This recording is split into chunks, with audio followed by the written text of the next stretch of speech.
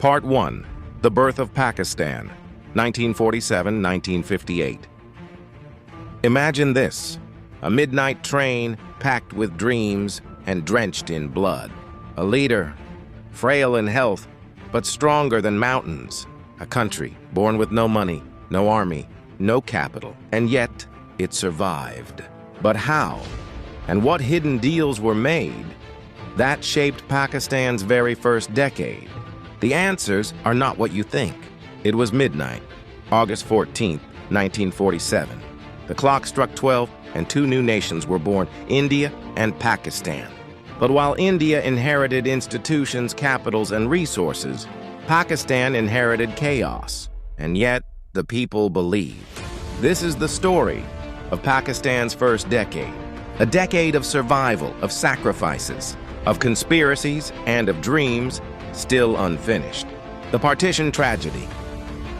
The creation of Pakistan came at a terrible cost. 15 million people migrated, the largest migration in human history. Trains arrived, not with passengers, but with bodies. Villages burned. Families vanished. Over 1 million lives were lost. Among the chaos, hidden stories of courage appeared. Doctors who worked for free, day and night, treating refugees in makeshift tents, volunteers who dug graves for strangers, women who crossed borders with nothing except children in their arms. History remembers leaders, but the real foundation of Pakistan was laid by ordinary people. A country without resources at independence. Pakistan had almost nothing. No capital city. No central bank, no proper army headquarters. The Reserve Bank of India delayed Pakistan's funds. What was promised, 750 million rupees, was held back. Only a fraction arrived weeks later. For salaries of government officers, Pakistan borrowed from private businessmen. The army, too, was divided. Officers had to choose between India and Pakistan. Equipment was scarce. Even typewriters and paper were in shortage. And yet somehow offices opened, schools started. A new currency was printed, step by step. Pakistan stood on its feet. Jinnah, the father of the nation. Muhammad Ali Jinnah was the guiding force. He was already sick. Tuberculosis was eating him inside, but he hid it to keep the nation strong.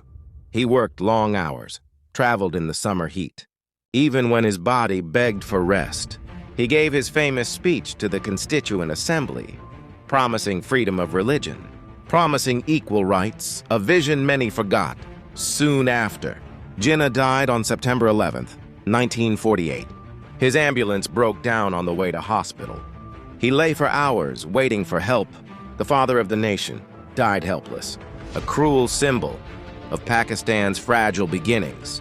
Liaquat Ali Khan, the first prime minister after Jinnah, power passed to Liaquat Ali Khan. Loyal to Jinnah, simple in lifestyle, but faced with impossible challenges. He introduced the Objectives Resolution in 1949. It became the foundation of Pakistan's ideology. Democracy within the framework of Islam. Some welcomed it, others opposed it. This divide, the Kashmir War, 1947, barely months after independence. War came, Kashmir's Maharaja hesitated. Tribesmen entered, India sent troops. Pakistan supported fighters secretly. The first Indo-Pak War had begun. By 1949, a UN-brokered ceasefire drew a line. The line of control, a wound that still bleeds today. But back then, Pakistan felt betrayed. The promise of Kashmir remained unfinished. Assassination of Liaquat Ali Khan, October 16, 1951. Company Bagh, Rawalpindi Liaquat Ali Khan stood before a crowd. A shot was fired. He collapsed. The assassin was caught, but killed instantly. No trial, no answers. Why was Liaquat killed? Who was behind it? Was it foreign hands or internal politics? The truth never came out, and Pakistan lost its second founding father. Political instability after Liaquat, chaos began. Prime ministers came and went. Khawaja Nazimuddin Muhammad Ali Bogra, Chaudhry Muhammad Ali, Hussein Shahed Suhrawardi. One government fell, another rose, then fell again. Conspiracies, corruption, and power struggles dominated. The people lost faith, and in the shadows, another power grew stronger, the military, making of the Constitution. For years, Pakistan had no constitution. Only the Government of India Act 1935. Debates raged. Should it be Islamic? Should it be secular? Should East Pakistan get equal representation? In 1956, finally, Pakistan had its first constitution. It declared Pakistan an Islamic republic. Democracy seemed possible, but it was too late. Corruption had spread, institutions were weak, and in the barracks, the generals were waiting. 1958, the fall of democracy, October 1958. President Iskander Mirza declared martial law, but the real power lay with the army chief, General Ayub Khan. Within days, Ayub Khan sent Mirza into exile. The first military coup had taken place. Pakistan's experiment with democracy ended before it could truly begin. The decade of hope ended with the rise of the army. But this was only the beginning, because Ayub Khan would bring more than order. He would bring a new system, a new economy, and a new foreign policy. Pakistan would shine, with dams, industries, and alliances. But behind the shine, cracks would appear.